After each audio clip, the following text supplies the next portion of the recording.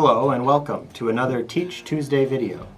In today's video, Dr. Kris Vespia, Associate Professor of Psychology and Human Development, illuminates some of the reasons and best practices for conducting a mid-semester course evaluation. Then, Dr. Todd Dresser of CATL demonstrates how to create a mid-semester evaluation survey in Canvas. Enjoy. Well, I'm going to talk to you today about mid-semester evaluations, and part of the reason I'm doing that is because it's really a teaching best practice. And when you think about it, when we have, for example, our students doing internships, we have their supervisors do a mid-semester evaluation and an end of the semester evaluation because we don't want them to be surprised by what they find out at the end from their supervisor. Well, we don't want as faculty to be surprised by what our students say in our final evaluations either, but we also, the most important part is for student learning. We need to know how things are going and potentially make mid-course corrections along the way.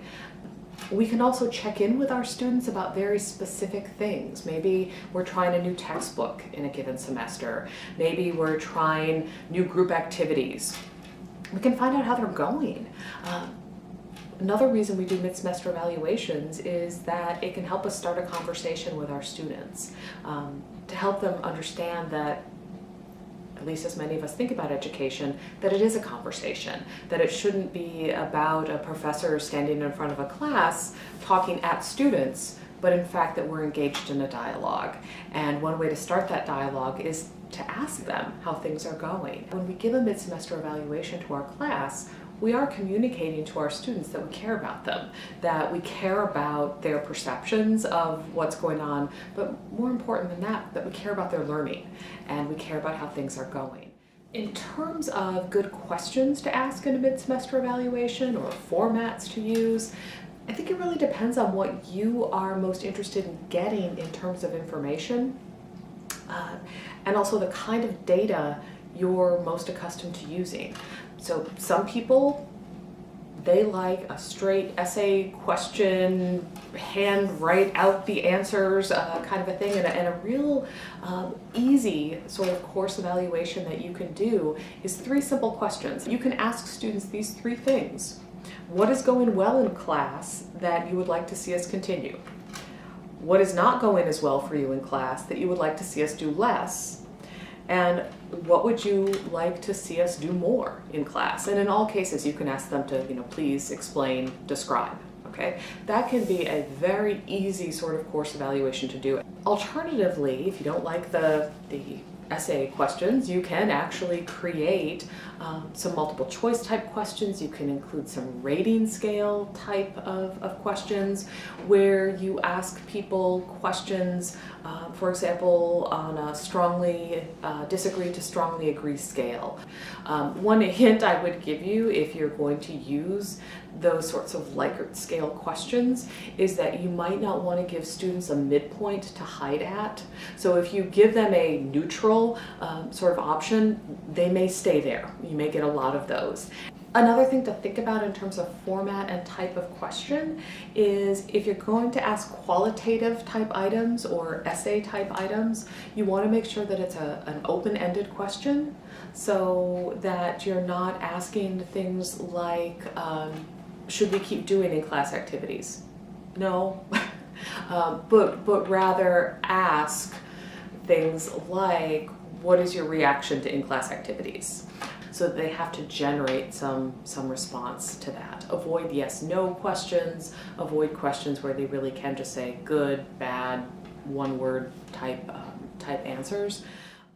Another thing that's important to think about is how are you going to use these mid-semester evaluations once you have them? And there really are some best practices here to consider. Probably the most important best practice is please do communicate the results back to your students. So this is for you to use, but one of the things that really can make this incredibly effective is to have it be the start of a conversation where the students have given you feedback. Now let's acknowledge that you've received it, that you've read it, that you've thought about it, and that conversation honestly could be, as I often end up doing with a mid-semester evaluation, going into my class and saying, well, So you asked me about things that you would like to see me, or I asked you about things you'd like to see us continue and things you'd like to see us do less. About half of you would like me to do less group work, and about half of you would like to see us do more group work. But really, and I kind of laugh as I give them that feedback, but it does allow us to then start a conversation about, so for those of you who really don't like small group work in class, what are some ways that we could perhaps make that a better experience for you? And now that the class knows that about half the class doesn't like it, they no longer feel alone in that opinion. And so oftentimes students are then more willing to raise their hand and say, you know, the thing I really hate about group work is having to find someone to work with. So it would actually help me if you would assign us to groups rather than me having to find a group. Maybe you have students who are going to say to you, you know, I really dislike pop quizzes. And you're someone who uses pop quizzes. You might end up having to say to them, you know, I'm still going to use these, but I have heard you. I understand many of you don't like these. Let me explain to you why I'm using them and why I'm probably going to continue to use them. And then be able to go through and provide the rationale for that. That still may not have everyone just pleased and happy, but on the other hand, I have found that students are often much more accepting of things once they understand the reason that you're doing it. So absolutely communicate things back to your students. That might mean putting up a slide in class that identifies some themes from throughout the evaluations. It could end up being that what you do for an online class is you actually record a video of yourself speaking to the class, saying, okay, I've looked at your mid-semester evaluations and here are some of the things I noticed, so that it is more of a conversation that you're having with those students and not just a message post or a news item that you do, although you can certainly do that as well. And, you know, if you do end up making some changes based on the mid-semester evaluation, it's good to continue that conversation. Right? So maybe based on my mid-semester evaluations, I decide to do in-class group work differently. Well, if I make that decision, then I want to check in with my students again, maybe 2 weeks later, and ask, so how are things going now that we're doing it this new way? What do people think? And I want to make sure that this change that I made in response to their feedback hasn't made things worse rather than better.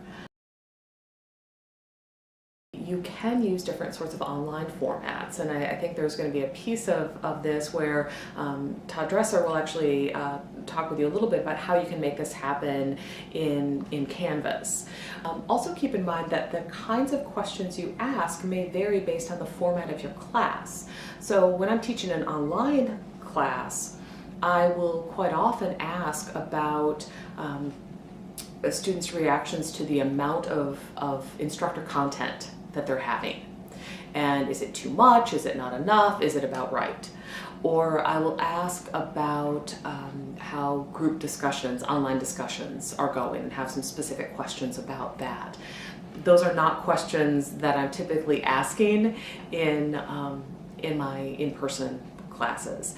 I maybe am trying to get at some of the similar types of things. So in my in-person classes, I may ask students to rate on a scale how comfortable they would be coming to see me during office hours. Again, what I'm really trying to get at there is instructor content or contact, and how comfortable they are with me as an instructor and asking for help and all the sorts of things. But obviously there are different ways that we get at that with our online versus our in-person classes. So thank you for taking advantage of this Teach Tuesdays episode, and I hope that you learned something that you can take with you. Good luck with those mid-semester evaluations, and I hope you have a great rest of the semester. One relatively easy way to add a mid-semester evaluation to your course is to use the survey feature in Canvas. Surveys are a type of quiz in Canvas speak, so go to the quizzes to create your survey. Then select the plus quiz button in the upper right-hand corner. Fill in the name of the survey and add a brief description. Next, select the type of survey from the drop-down menu. I would recommend making a graded survey.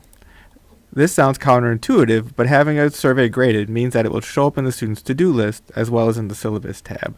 You can make the questions worth 0 points, as you can see the score here is worth 0 points, if you like, so that it will not affect the student's grade. Or you can give credit for filling it out if you like. You may also select the checkbox for keeping the survey anonymous, then add a date by which you would like the students to complete the survey. Click on the Questions tab to add questions to your survey. As you can see, there are 2 questions already in this evaluation, which are multiple choice, and I would like to give students a chance to respond more freely. So I'm going to select the plus new question button at the bottom. Then I will select essay question from the drop-down menu. Then I'll type in the prompt that I want students to respond to. Once I've written the prompt, I'll select update question. And then once I'm satisfied that I have all my questions the way that I like them, I'll click Save and Publish. Since this survey is graded, it'll show up here in the student's coming up list or to-do list. But I can also add it to a module to ensure that students will see it. To do that, I'll click the plus sign in the module I want to add it to. And since this is a quiz in Canvas Speak, I will select Quizzes and then find the mid-semester evaluation, and then you'll see that it's added to the module in the course. If you would really like to ensure that students take this survey, you can make it a requirement by clicking the kebab in the module where the evaluation is and selecting Edit from the drop-down menu, and then you can click the Add Requirement, toggle the Students Must Complete one of these requirements button, select the quiz, and then tell Canvas what it means to complete this item, in this case submitting the assignment, and click Update Module, and then this will make it so that students must complete this evaluation before they can move on in the course.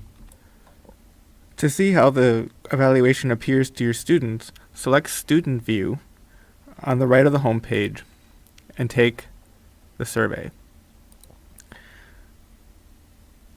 This is preferable to using the preview mode in the quizzes area because you'll be able to submit the results and view them later. So we'll click Take the Survey and then answer the questions.